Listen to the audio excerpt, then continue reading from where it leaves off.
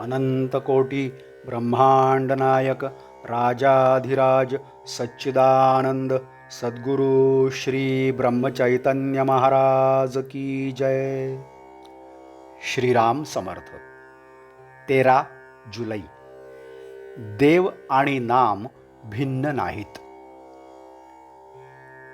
आपल्या अनुभवाला येईल तेच खरे जरी असले तरी त्याप्रमाणे आपण वागतो का?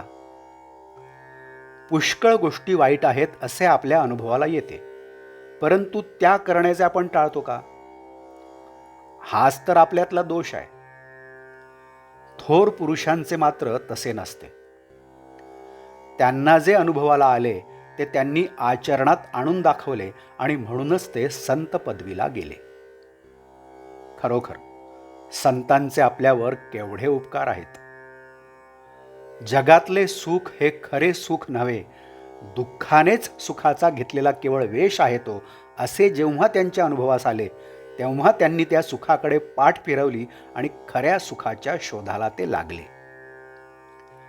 परमेश्वर प्राप्तीतच खरे सुख आहे असे त्यांना आढळून आले. त्या प्राप्तीचा अगदी सोपा मार्ग म्हणजे ईश्वराचे नाम. हेच वेदकाळापासून तो आत्तापर्यंत सर्व साधू संतांनी अनुभव घेऊन सांगितले आहे.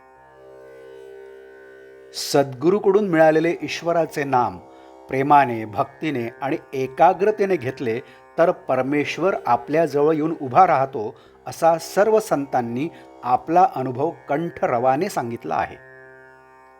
आपण तसे नाम घेतो का? नामाकरिता नाम आपण घेतो का मनात काही इच्छा वासना ठेवून घेतो?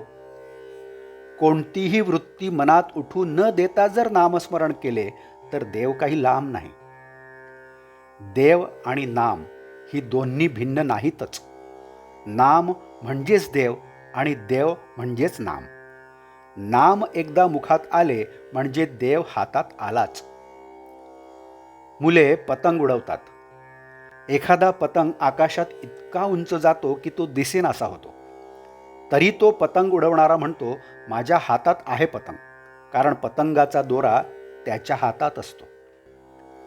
जोपर्यंत अखंड नामस्मरणाची दोरी आपल्या हातात आहे तोपर्यंत परमेश्वर आपल्या हातात आहे. ती दोरी सुटली की परमेश्वर सुटला.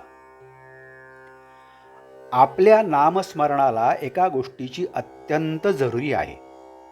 आपल्या जीवनात परमेश्वरा वाचून नडते असे जोपर्यंत आपल्याला वाटत नाही तोपर्यंत आपले नामस्मरण खरे नव्हे.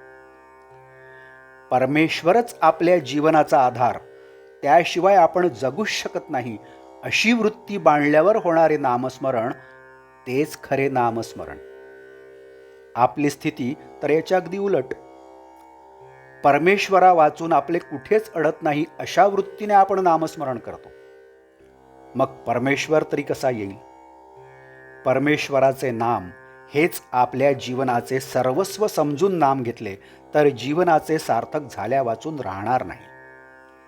नामाने भगवंताची प्राप्ती होणारच ही खात्री असावी. अशा नामालाच निष्ठेचे नाम असे म्हणतात. आजचे बोधवाक्य: भक्त, भगवंत व नाम ही तिन्ही एकरूपच आहेत. जेथे नाम आहे तेथे भक्त आहे व तेथेच भगवंत आहे. जानकी जीवन स्मरण जय जय राम. नमस्कार. आपण या चॅनलला अजूनही सबस्क्राईब केलं नसेल तर कृपया सबस्क्राईब करावं, बेल आयकन दाबावं. या चॅनलला लाईक करा, शेअर करा आणि काही कमेंट्स असतील तर त्यासुद्धा द्या. धन्यवाद.